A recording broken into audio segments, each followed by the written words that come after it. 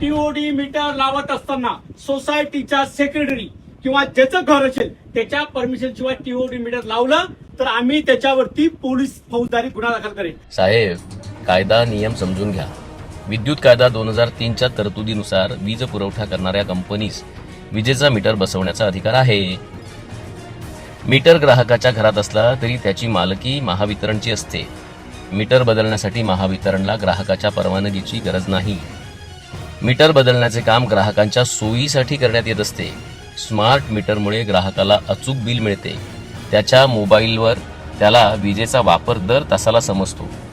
याच टीओडी मीटरमुळे सकाळी 9 ते संध्याकाळी 5 पर्यंत वापरलेल्या विजेसाठी प्रति युनिट 85 पैसे सवलतही मिळते.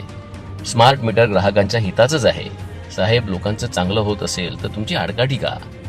कायदेशीर काम केले तरी सुद्धा गुन्हा दाखल करण्याची तुम्ही धमकी देत आहात. स्मार्ट मीटर ग्राहकांच्या हिताचेच. तुम्ही आता आश्वासन द्या की आतापासून इथं एक माणूस बसवा ज्याचे बिल जास्त आले त्याने बिल कमी करून द्या. साहेब, कायदा हा समजून घ्या. मीटर बसवताना ते तांत्रिकदृष्ट्या तपासलेलेच असतात. ग्राहकाला हवं असेल तर मीटर तपासणीचीही सुविधा आहे.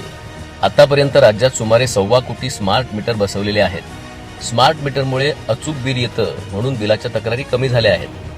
उन्हाळ्यात विजेचा वापर वाढतो मग बिलं जास्त येतात. स्मार्ट मीटरमुळे चुकीची बिलं असा आरोप करू नका. स्मार्ट मीटर ग्राहकांच्या हिताचेच.